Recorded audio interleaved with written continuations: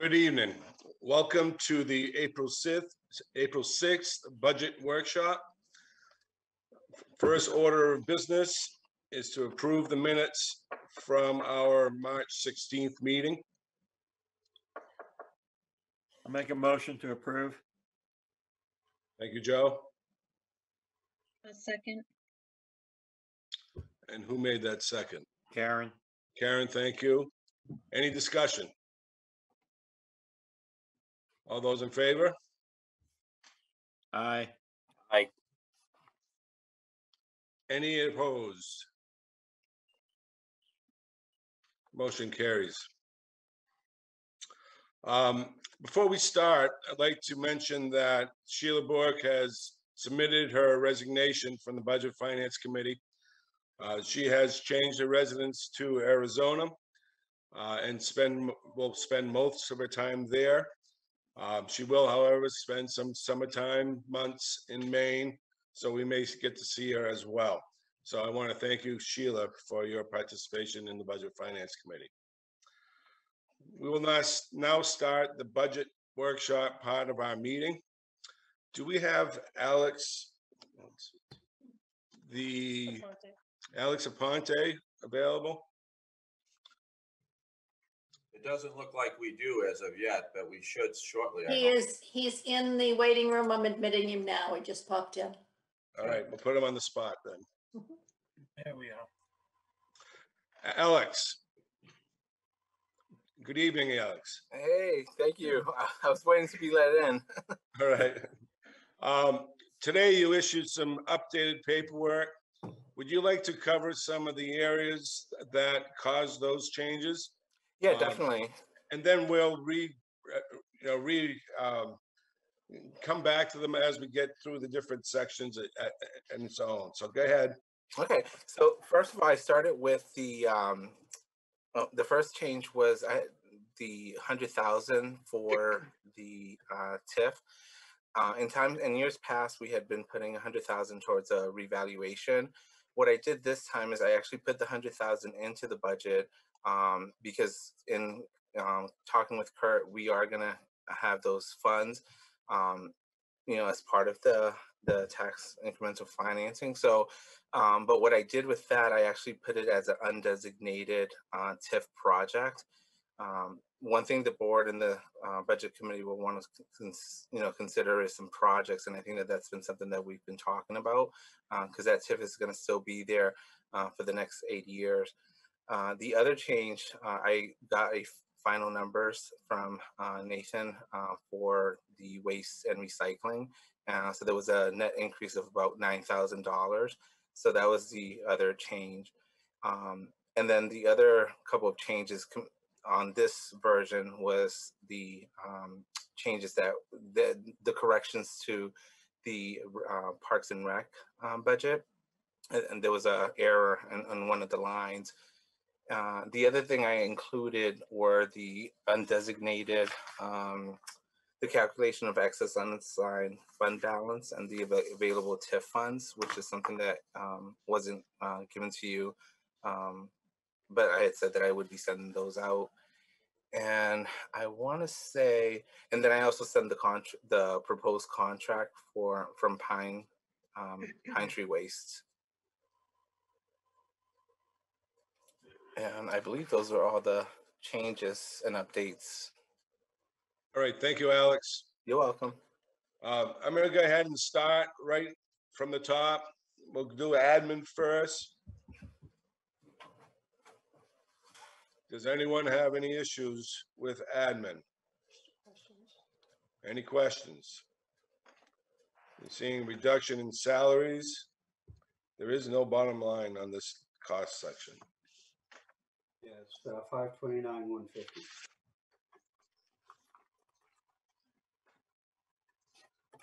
All right. Everyone good with admin? How do you want to do this, Bob? Do you want to vote in section by section? That's how I plan on doing it. Okay. Point of order, Bob, that you're not voting anything because it's a workshop, so you just Right.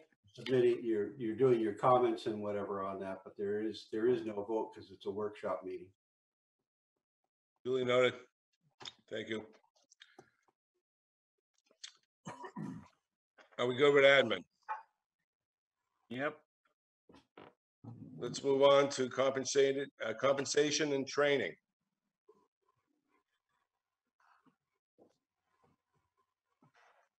There's a good boost there.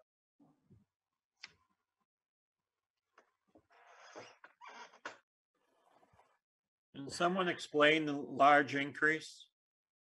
The large increase, Joe, is attributable to the fact that we hadn't done an update in our merit pay matrix for, I think, 4 years, Alex. And so this is not saying we're going to expend this money, but it's monies that are available to make adjustments as, I guess, warranted within the system that would bring the employees over time through merit closer to the market averages for our group of comparable towns. Thank you, But Don.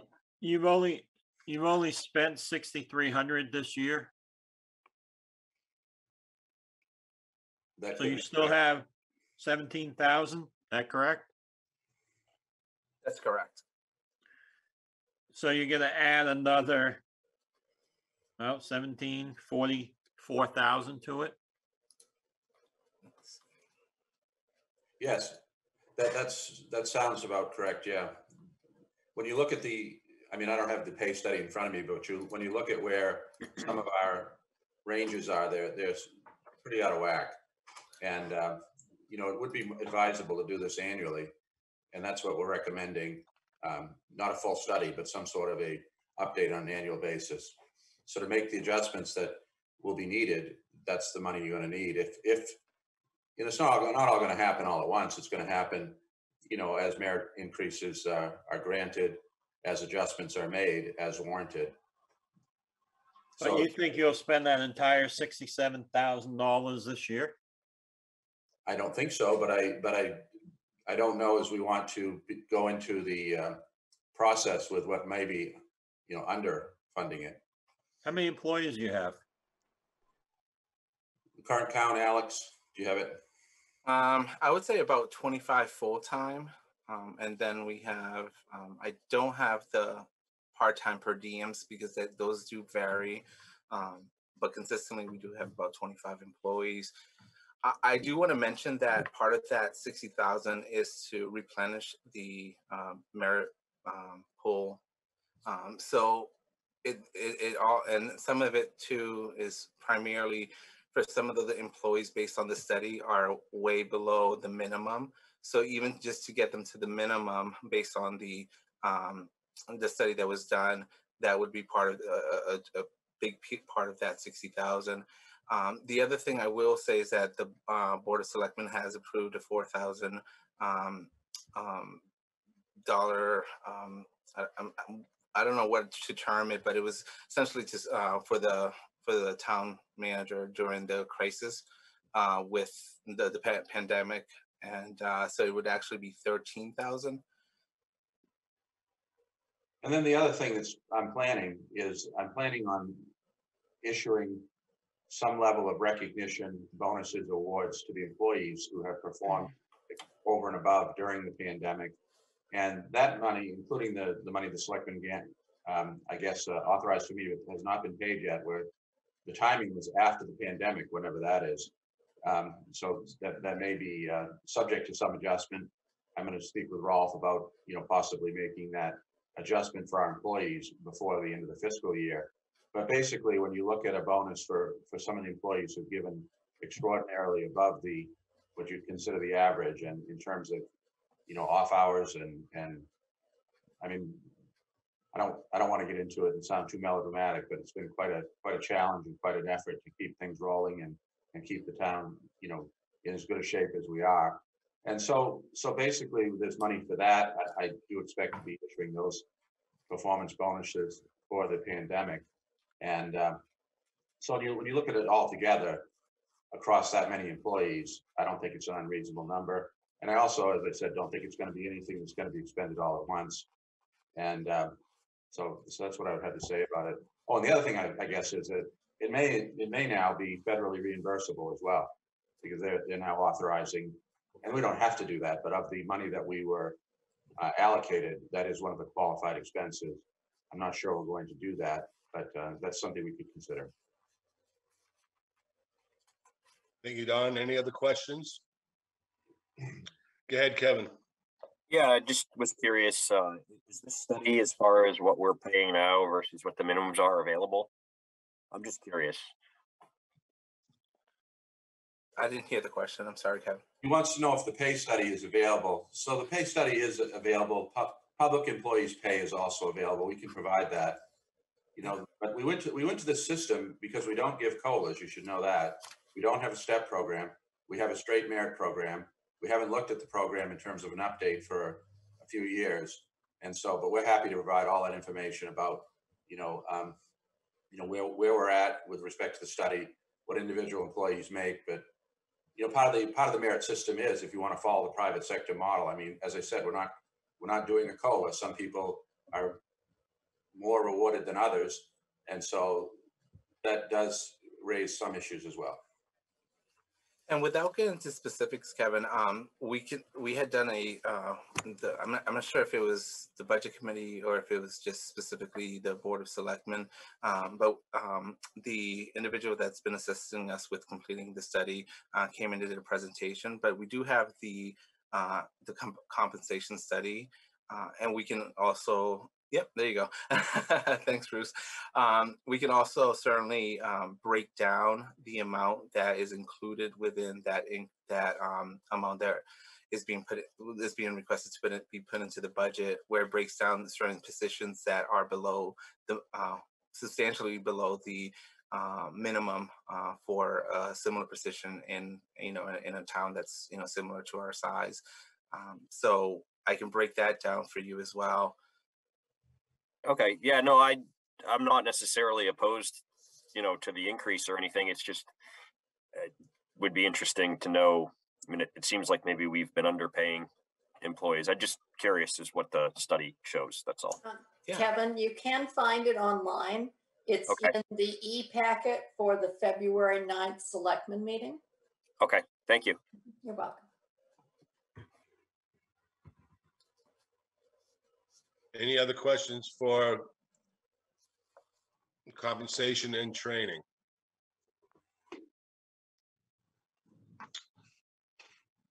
I will move on. Assessors. We're seeing that $100,000 being added right into that line.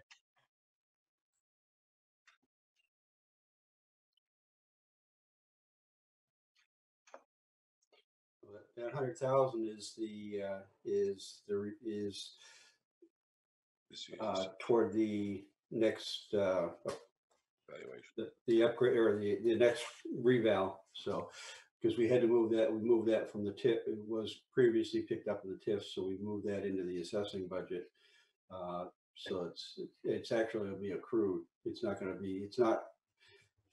We'll probably get into the situation where we're going to have to start looking at and planning it this year, but the expenditures probably won't be until the next year. But what the approach we took a couple of years ago was to do some accruals to that, so we wouldn't take the full hit when we did the full reval.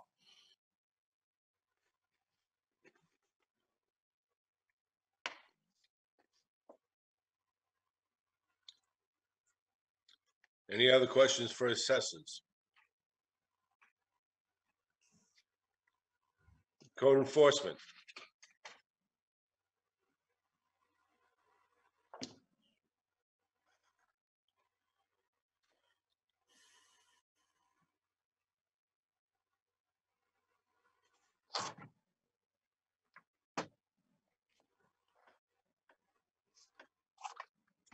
Any questions for code enforcement?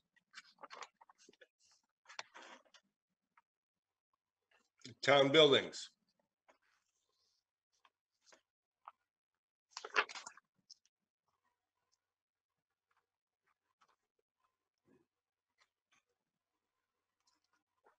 Any questions for town buildings? Technology.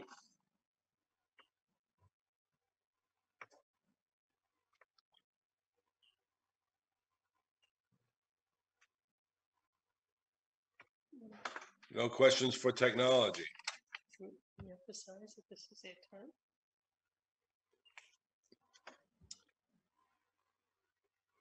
Public safety fire department.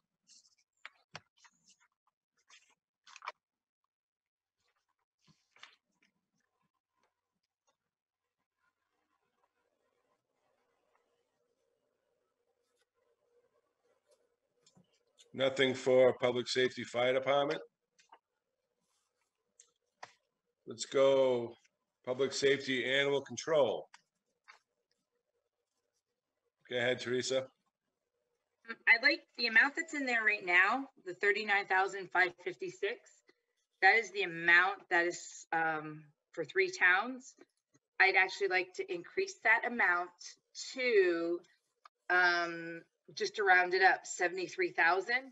And what that would be is for us to have a placeholder to look at maybe some other possibilities than using the 3 towns. I personally don't feel that having an ACO person for 3 towns is covering it. So I'd like to explore some other avenues possibly. And what the number I got from, as I asked Alex to run some numbers for me, what it would be to have a full-time ACO in Raymond, a part-time ACO person, 20 hours, and a vehicle cost, insurance, equipment, everything. So they would be fully covered even with insurance. And that, like I said, that number is 73,000. So we would be upping that budget by 33,440.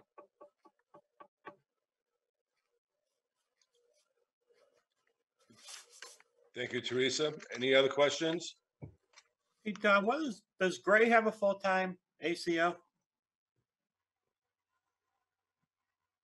No, they share, I think Nathan has more detail, but basically they share with their Public Works Department. They have an employee between Animal Control and Public Works. I think he may be a Public Works employee. Is that right, Nathan? That is correct. He's one of their Public Works employees, and I believe there's a spare or a backup plan to that. I'm not sure what they use for backup, but their full-time ACO is on the Public Works Department. Okay. I did read that contract between the 3 towns.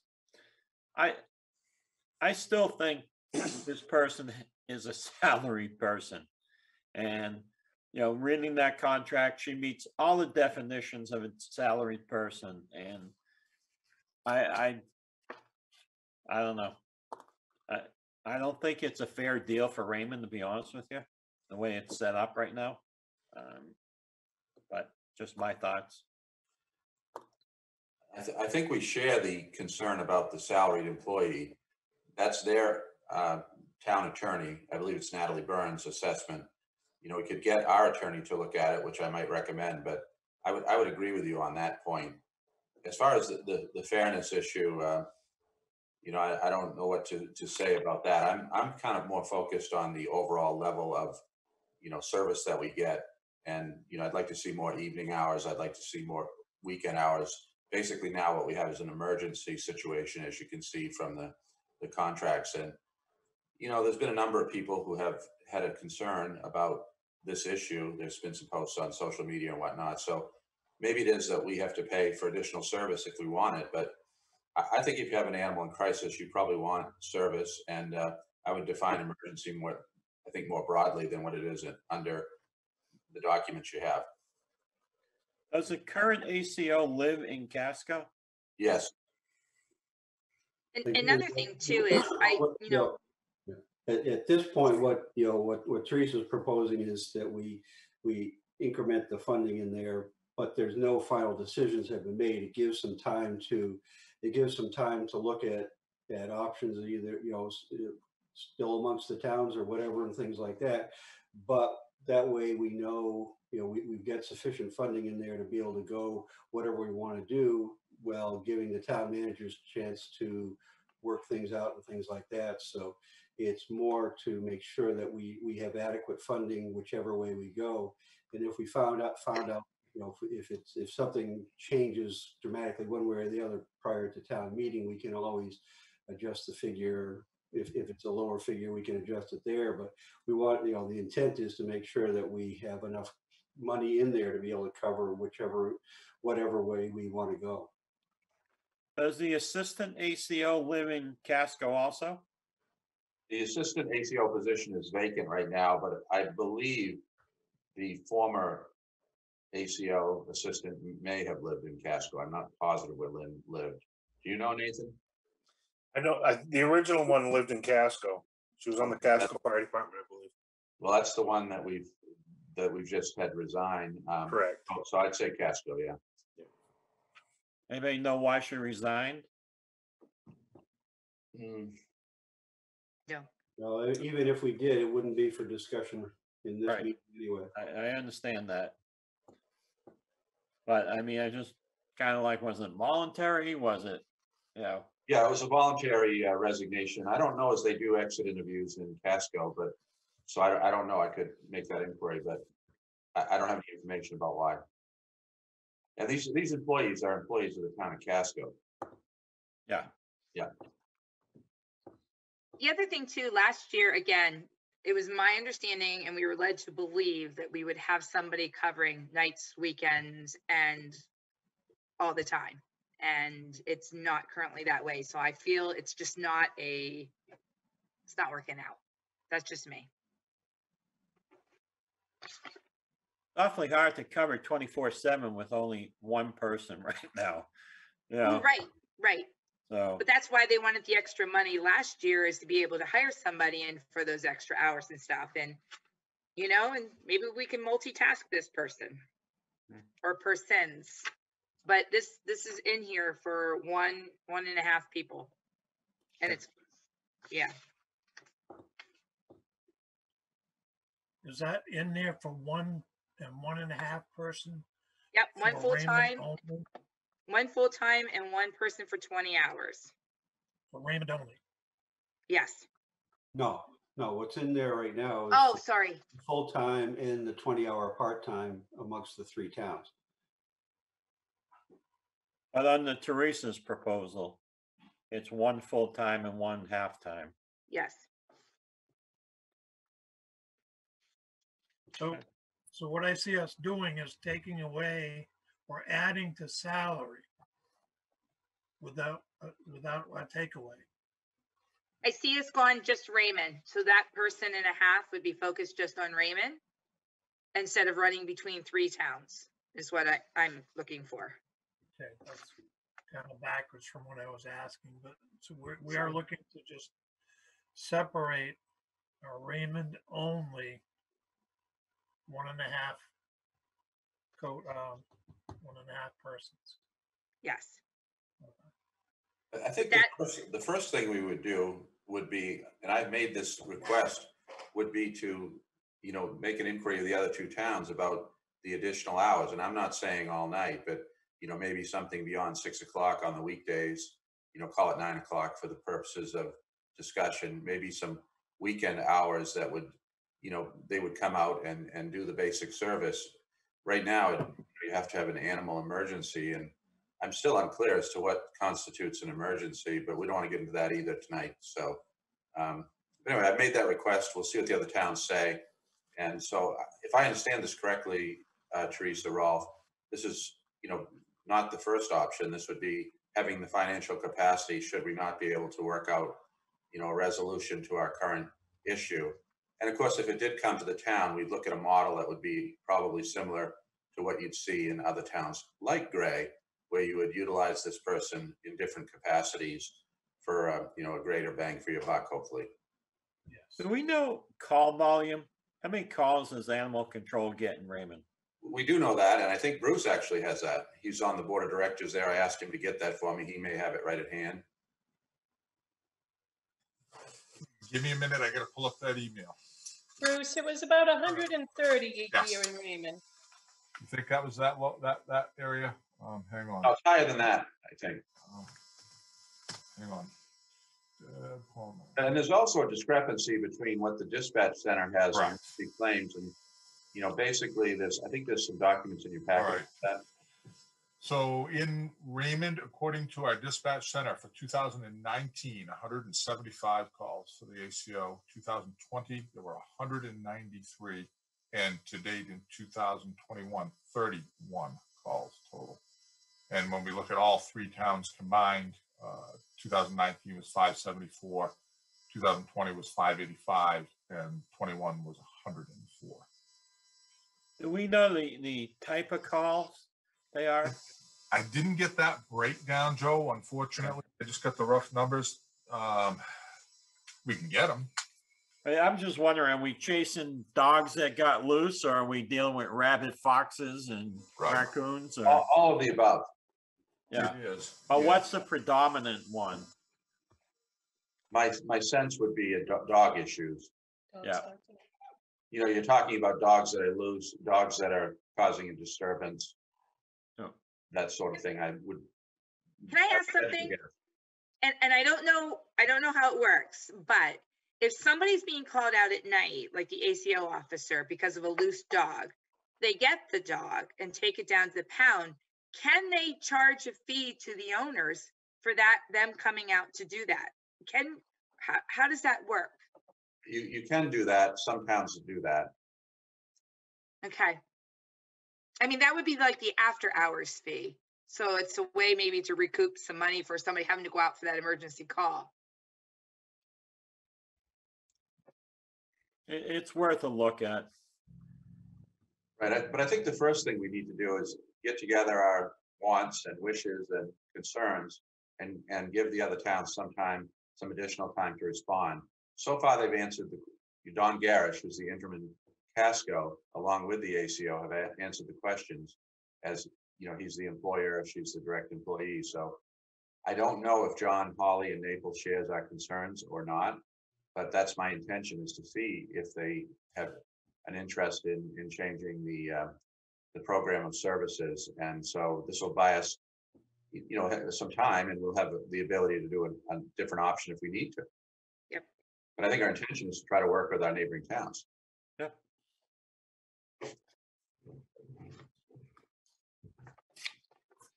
Any other questions for ACO? Public Works. Hi, Nathan. Hi, Joe. Robert, how you doing? I'm doing well.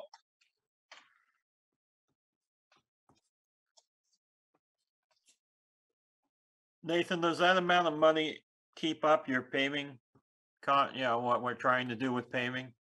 What we're doing with paving this year, adding the 50 to it gives us the extra money to go around and get ready for next year. The biggest part of my money is going into the sidewalk project on Main Street this year. That's 440,000 on our share. Okay. So, and we're going to subcontract that out, and my guys are going to go get other stuff ready for next year. It's going to kind of give us a jump going. That's about what I spend on prep work. Do we have any really bad roads that need to be done? Yeah, we got Coneska Road's getting pretty bad. Martin Heights is catching up. Panther Pond Pines is pretty bad.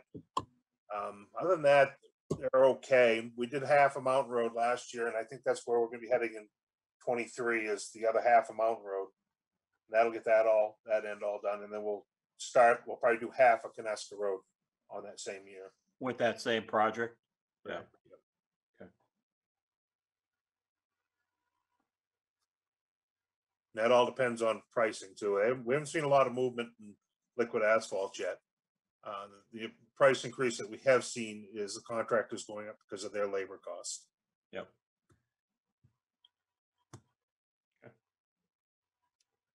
Any other questions for Public Works?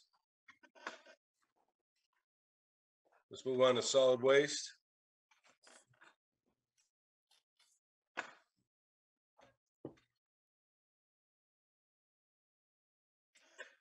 Good with solid waste? Well, we're adding another 50,000 to solid waste. Is that correct, Alex? Yeah, so essentially what happened before, and Nathan can help me out with this, is Casella included that in our previous budget, I mean, in the previous contract, and they're not doing that now, so we had to separate it. But it's, Well, oh, Happening yeah. is Yeah, let me interrupt you, Alex. On our last contract, Casella covered the cost of the recycling. When they started with that contract, it was either zero or they were making a little bit money on our recycling product. That changed that first year, and they carried that obligation through for the last 5-year contract. Going forward, they're not going to do that anymore. What they're at is $135 a ton for handling our recycling. Right. There is in that a item that's called ACR, which is average commodity revenue, and that's what the recycling is worth. And that's a moving target. When I put this budget together, it was $92. I'm sorry, it was $43 a ton. So that brought our tipping fee down to $92 a ton.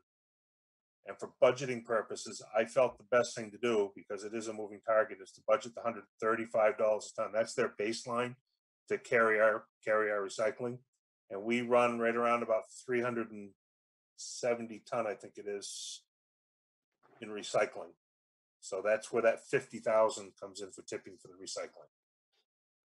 At the time that this change was made to take the revenue from the town and turn it over to the contractor, things were, at a position where they were relatively lucrative.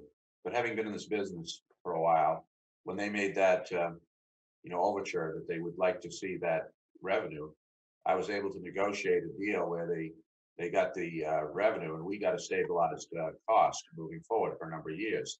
And then, of course, as Nathan pointed out, right after they got the revenue, the whole recycling thing tanked, as has been a cycle. And so they were very unhappy about it, but they got what they asked for. They negotiated for the revenues from recycling and they got them, except they weren't revenues anymore, they were deficits. So there's no money to be made in recycling anymore, is what you're saying. Essentially. Right now they're making $43 a ton, and it's costing them if you at $43 a ton, it's costing them $92 to process it, which gives you the $135 a ton to process it. It's very expensive to process recycling. And a few years ago, we discussed, why don't we just do away with recycling? And because it's going to save you, what, 200,000? Yeah, you can knock a considerable amount of money. Well, you'd probably knock quite a bit off the curbside pickup, and you'd lose the 50 grand. Right. Yeah, I don't know what that number is on the curbside pickup, because we do it with 2 trucks right now because of the recycling. In the roadside pickup, because your tonnage would go up. Essentially, you're converting the tonnage that you're doing in the recycling. It would go into the trash stream. Correct. So you wouldn't save entirely that line item, because no, you wouldn't. Would recapture. You wouldn't save the whole 136,000 for curbside pickup for recycling, but I bet you'd see half that. Some towns have actually done that. A handful of towns I'm aware of have done that.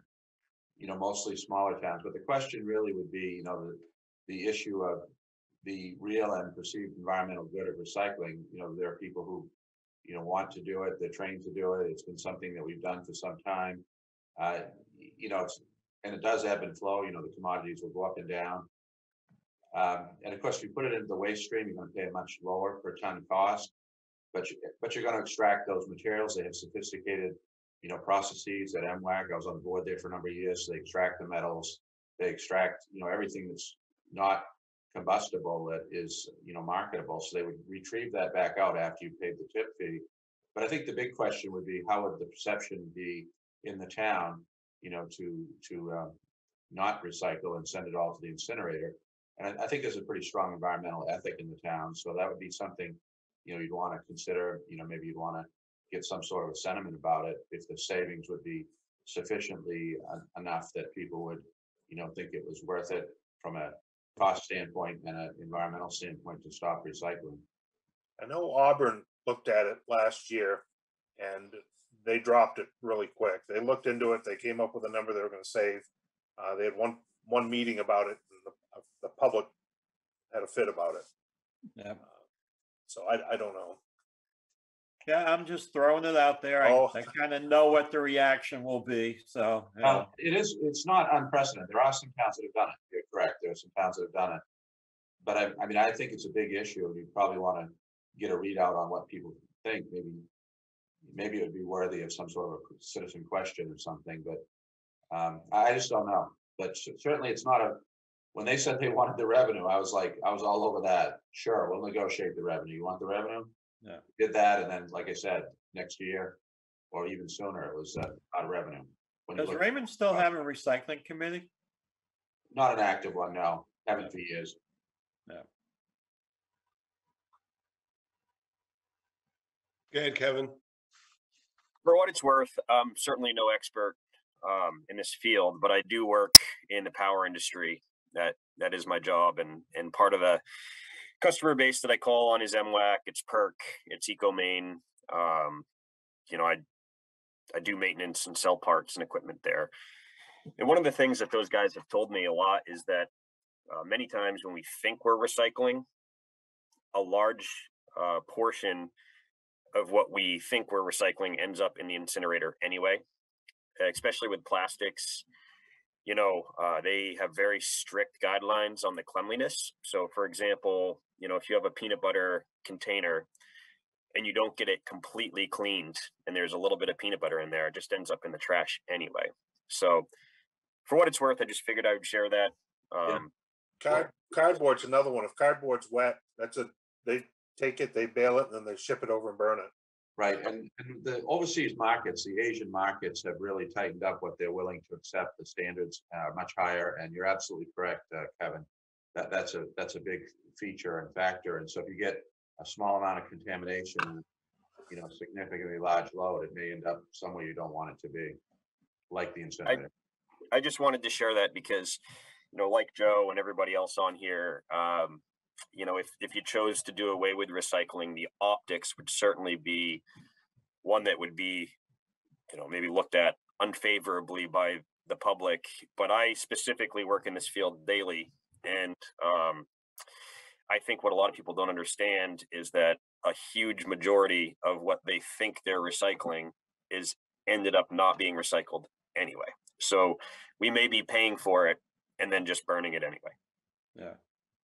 I think what happened though is when we went to zero sort, you know, single sort, we were kind of told, oh, all you have to do is throw it in the recycling bin. And that's not really the case. You still need to clean it and separate it and all that. When we did the recycling in-house, it was nasty, it was dirty, it was just like Kevin had said, it was nobody really, there's a small amount of people that actually do what they're supposed to do. They clean their stuff out. For the most part, they don't. Right. Okay. All set with waste? Yep. All right, cemeteries.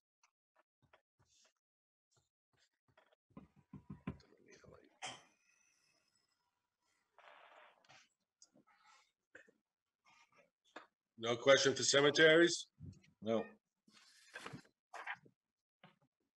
Recreation. Okay.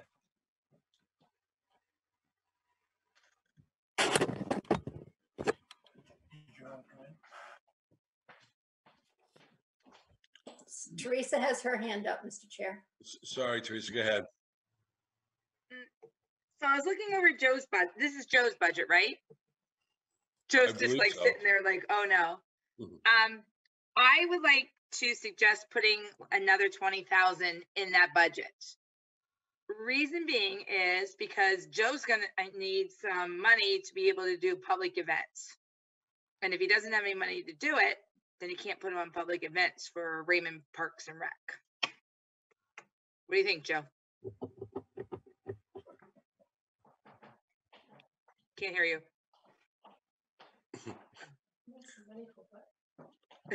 You hear me now? Yeah. I'll never say no to that. I definitely, I think that's something that we've been missing. We just held our first Easter egg hunt this past Saturday, and it was very successful. 24 families, but again, I had to kind of move some things. Got some donations from Sebago Lake Chamber of Commerce, and but it would be very helpful. We could do some Halloween events, movie nights in the park. It would give some flexibility for programming those type of events. On another thing too, is have you checked into possibly getting a license from like Disney, Pixar, whatever, to be able to show movies? It's of course a one-time license. So you have to go through it's called Swing Productions or one other licensing company to get the rights. I don't know if there's a blanket coverage, like I think some music. If you're performing music, I think you get blanket coverage. I think right now movies are just per that movie. I did it years ago in Jordan Small School when Ben was in there, and we did a fundraiser, and I didn't know we were supposed to have a permit, so I did it. I got a permit. It's what it is. But if you go to Pixar, you can have it, but it has to be at one place. So in other words, like if we had it at Raymond Elementary School, but we couldn't use it at the Jordan Small School, they had to use it at Raymond Elementary, you know, or we had to get one. So we just picked one school to do it, and we used the gym. But if you check into Pixar or Disney, or there's a couple of them, and see if you can get a license. And I'm almost positive the PTA or the PTO had also got one a couple years after that, so they could be able to show movies. And God, I was gonna say Ben was in, I don't even know, it was 350 at the time, but it was for a year. That's not bad. And yeah, I definitely would think Tasseltop would be a great place, great experience for that. So that would save a lot of money. I think it's Well, and the for a money you good make movie. it up on selling popcorn, selling candy, selling drinks, that type of thing. Yeah, that would definitely help. Yeah, I think we should really concentrate on hosting break-even events. You know, there is a cost to participate as well as a cost to produce, and you know, we shouldn't have to provide everything to the town. And it's just my thought. I think, Kevin. you know, obviously, you know, Joe would have to check those things out, but from my recollection, if you charge admission, then, you know, and try and get the license for that, and you're going to charge admission, all of a sudden, instead of a $150 license, it's now a $1,500 or a $2,000 license, because now you're using that as a fundraising event, and they look on that entirely differently than if you're doing an event and you're showing it as a public service or whatever. Oh no, I agree. You wouldn't charge for the movie, but you would charge for concessions, is what you would do. Yes. So they said we could not charge an entrance fee, but we went to the dollar store and bought a bunch of candies and Gatorades and waters and stuff, and the kids bought it up, so we could do that legally. Kevin? Yeah, I just wanted to say that we attended the Tasseltop Easter egg hunt this weekend, Joe, and my two kids had a blast. It was a little windy and a little chilly. Yes. We think about 8 blue eggs blew off into the water somewhere. But we had a great time, and I talked with some other families that were there, and the general consensus was that they thought it was really cool that the town of Raymond was doing public events to get the little kids out and, you know, get people out doing things. And so I just wanted to give you kudos on that. And I think that, you know, if we're going to spend $20,000 somewhere, I do think investing it in our community and, you know, using that as a way to attract people to Raymond is money well spent. Thanks, Kevin. That's great. I think I had 5 families from Raymond who said they've never been to Tasseltop Park, and they were just blown away that this was in their backyard. So that was really great to hear.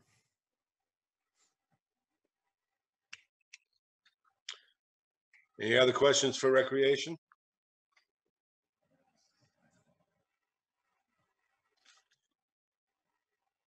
All right, let's move on to provider agencies.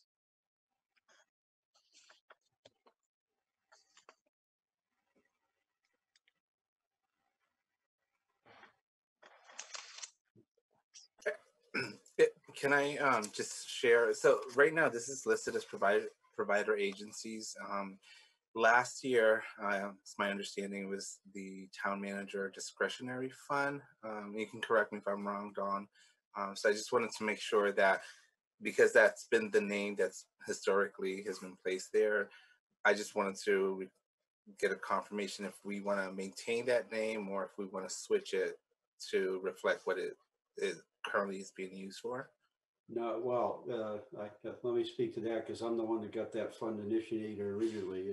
It is discretionary on the part of the town manager, but for provider agencies only. It's not to be used for, it was one of those because we had a bunch of provider agencies that were coming in looking for 150 or looking for this, small things that we said, rather than trying to put all those out there for a vote, it makes sense to put that into the hands of the town manager who typically when he's giving some of those out is getting actually more back in services for us than he's giving out in that. So it still does want to bear that name because that is the intent behind it.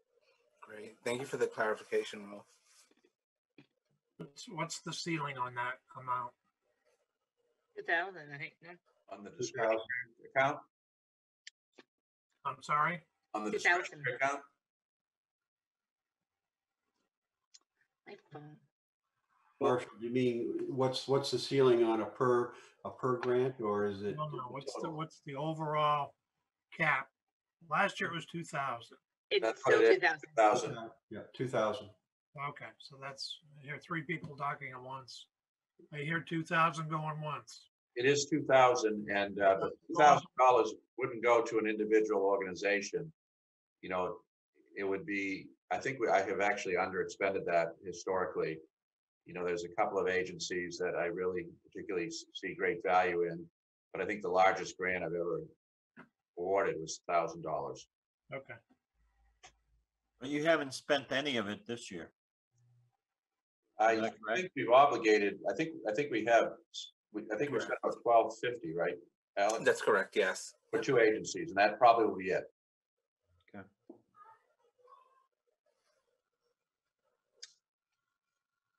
We all said with provider agencies. Yeah. Let's look at RTP, the bus. They're asking for 8,500. Good for them. I just I don't didn't see say it. it. They haven't changed at all in the last 8 years and 10 years. It's the same process that makes no sense, that you pay the same amount from Bridgeton as you do from Raymond. We still probably only have a handful of riders on that thing at most on a daily basis. I say give them $1,000 again and call it good.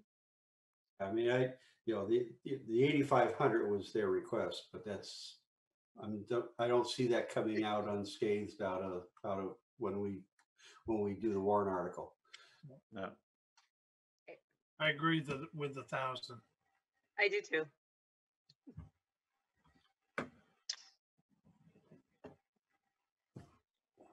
Raymond Village Library.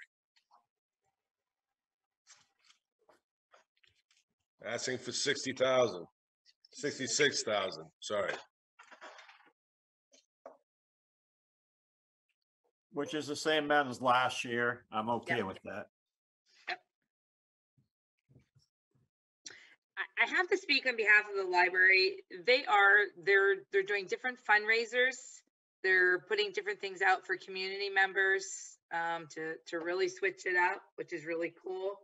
And just trying to do some different things to bring in the money. And this year they did bring in, a lot of money, but next year could be something totally different.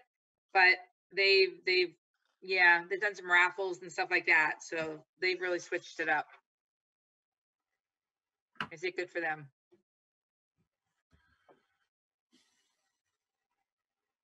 Any other library questions? Kevin? Just real quick, is the library open now? Today? Like Well, right now? I mean, not like right now, but like You don't have a book to read, public Kevin? use? They I are gotta- open. And gotta they go still read a do book after masks. this. And they limit how many people are in there, and they're spraying things down. They're taking all the precautions. But yeah, they're open. 30, Okay. 27 hours a week. Thank you.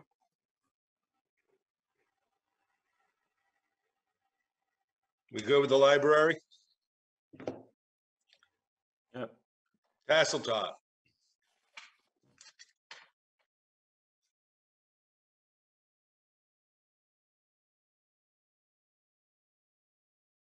Any questions for Tasseltop?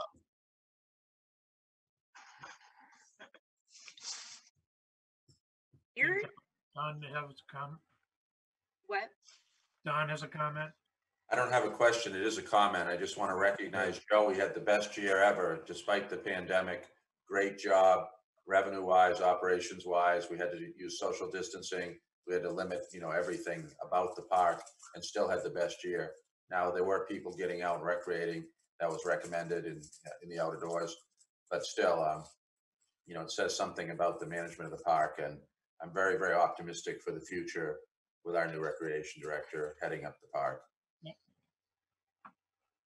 Joe, are you booked for the whole summer? I'm booked. Yeah, we just Yay. 19 weeks. Last year we had 11 weeks. Terrific. So again, Nice job. it gives us a good head start. And thank you, Good. Don, for those kind words.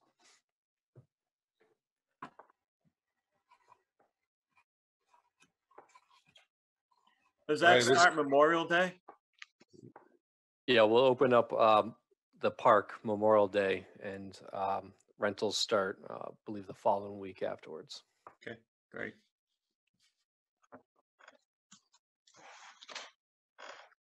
People all set with Tasseltop? Tiff, Can I ask a question on this, Tiff? sure. Okay, so they're trying to build up Tasseltop with rec parks, recreations, because Mill Street is a mess. And I already let Joe know that. So, is there some way we can put money in there in the TIF thing for building up playgrounds and stuff? Does that make sense? Is that allowable? I'm still trying to understand fully the whole TIF thing. It would have to be in that business district, right, Alex?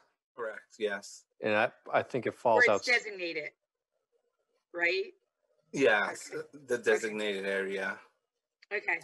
I believe Kurt had some thoughts around bringing in Tasseltop, possibly because it abuts the area. But there was some question about whether or not it could be done or should be done because Tasseltop technically belongs to the state. Right. And Is I there a way think we Don find has out? I'm sorry? It doesn't Is there a way we technically can find belong to the out? state. It does belong to the state. Oh, So it's under lease to us for 100 years in 25-year increments. I think our better play is to go after state grants and aid, federal monies, which we're going to do aggressively. But your point is well taken. I think that's a good place to do that kind of development.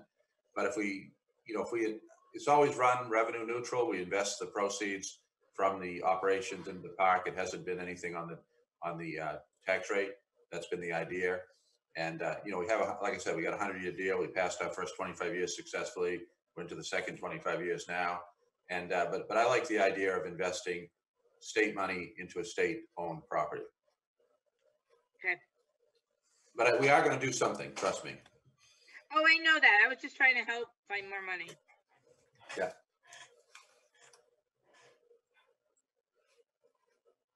Any other TIF questions? General assistance. Remains unchanged at 8,000.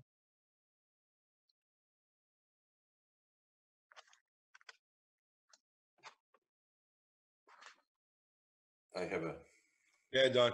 the comment I would make there is that, we've been very fortunate through the efforts of Kathy Goslin in particular, other folks who have donated to community assistance. Kathy got some grants for food pantry assistance, which has helped us with I'm sure has helped us with our GA. We have a very, very low level of GA relative to towns our size, which is something, we're thankful for. That hopefully means that people are not struggling to the degree they are in other places. But if people are and watching this, we have resources between community assistance, the pantries, the general assistance. You know, we want to help anybody out there who's in need, and we have resources to do so. So if you're in that position, please contact us.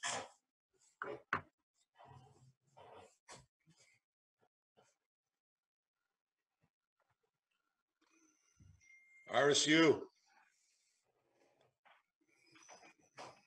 Good, Ralph. I think it's important for people to understand that that is not a real number yet. That is a carryover of the number from last year. They have not settled on a budget yet. I think you're going to see an increase every bit as big as had been in the prior years. So if people are looking at that and bringing that down to the bottom line, looking at the mill rate and whatnot, you have to understand that that's not a real number. Rolf, how are budget and the new funding formula negotiations going? They're just actually started. We had some initial discussions to get some ideas out there on what people were looking at, but I think it's probably another 6 months down the road before they're ready to start having any kind of open discussions on it and things like that. Because what they did is they had a meeting. They had the chair of the Wyndham Council. They had me and the people on their cost share committee, and got our inputs as to what we thought was important as far as how that looked going forward. Okay.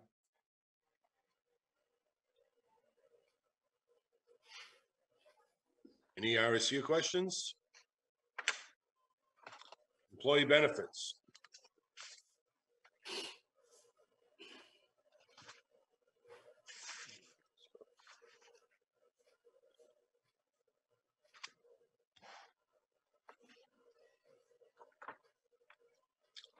Insurance. Just on that employee benefits, are you really looking at a 20% increase in health insurance costs? Not necessarily a 20% increase, but you've got increased headcount that contributes. Okay. All right, that explains that. Well, what are you looking at for an increase? 10%? No, I think it's on a equal to equal. It'd probably be about the latest projections are about 3.5% to 4%. Okay, good.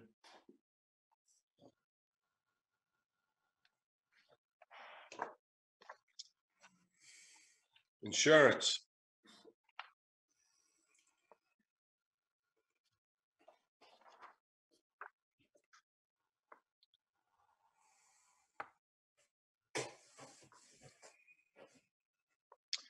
County tax. Yeah, Ralph. I think it's important that people, when they look at that number, recognize too that yes, the number is less for this year, but it's not because the county has cut their budget. The county actually increased their budget, but what's happened is our rate of valuation did not increase as much as some of the other places. So other places are picking up some of the slack there, but the county has not cut their budget and has no intention of cutting their budget.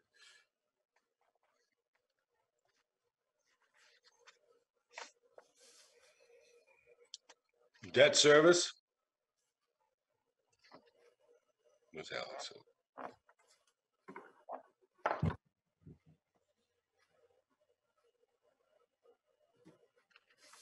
Why hasn't debt service gone down? Is there a bond I don't know about?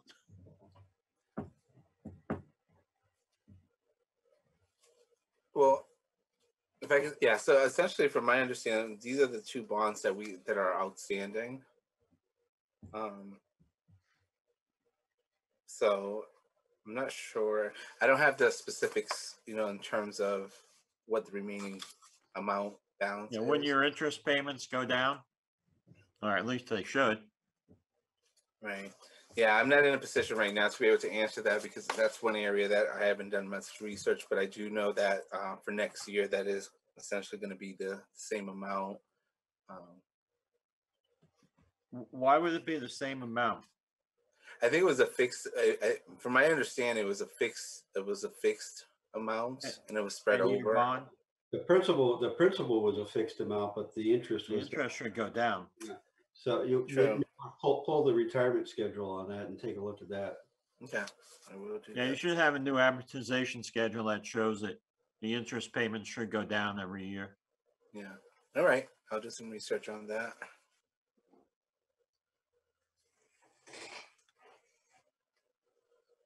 Everyone all set on debt service? Capital improvements.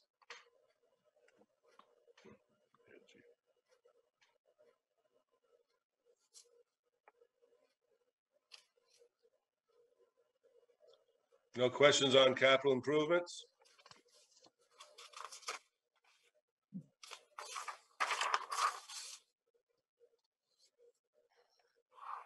So are we saying we're not putting anything into the CIP this year? No, we are. It's just what happened is it changed account numbers. So you. Oh, okay. Yeah. Okay, It's listed under 1501 right below it. right, okay, see it.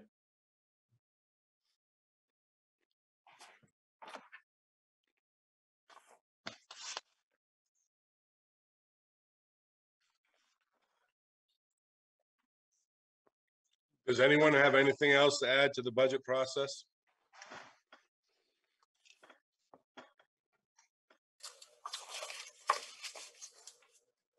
We will allow public comment at this time. Mr. Chair, there is no public to comment. Thank you very much. Budget Finance. Excuse me? Have we covered revenues? Oh, sorry.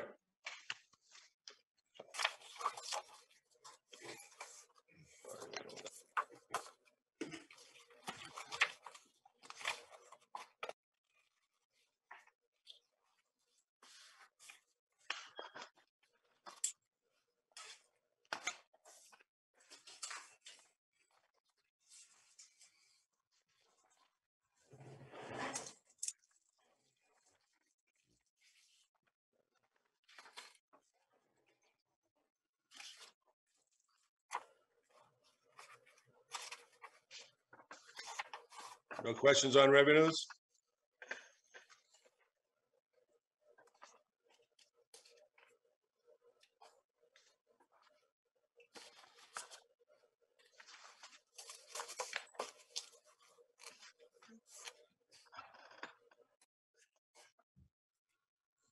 Go ahead, Don.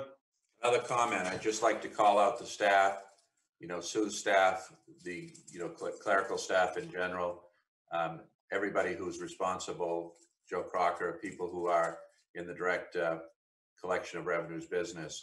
We've really, I think, done a really good job. Those folks have done a great job in keeping the wheels moving and keeping the town, liquid, and the townspeople, I can't say enough about how cooperative and how good it's been to work with them and how understanding they've been. And we've been through various iterations of how we provide service. And I just want to call out those folks, and the town's in good financial, good fiscal shape and good shape with respect to revenues. So thank you. Thank you, Don. Yeah. Budget Finance Committee comment? Mr. Chair, could I have a small commercial message at this juncture? Sure. I haven't received back any nomination papers as yet for Budget Finance, and there's only a couple that have taken out. The seats that are open right now, one has taken out, that's Bob Goslin, but Kevin, your seat is up, and Bob Jones, your seat is up. So if you do want to run for your seat again, you do need to take out papers, and they have to be returned to me with at least 25 registered voters signing it by Friday at 4 p.m. And that's true of anyone else in the public that wants to take out papers to run for either Budget Finance, Select Board, or School Board. The papers are available in the town office, and they have to be returned by Friday. And we have 3 open seats on Budget Finance for 3 years and 2 open seats for Budget Finance for two. Thank you, Sue. Kevin, Is that, just to clarify, that is this Friday, as in like a couple days? That's Friday. That's the one. Today's the 6th. 3 more Get your papers, drop them off at my house, and I'll get the signatures. All right, thank you. Yep. Bob, do you want to take out papers? I have papers. Oh, sorry, Bob Jones. I know Oh, you. got sorry. yours. I'm sorry. He has to unmute. There you go. Not sure. Okay. All right.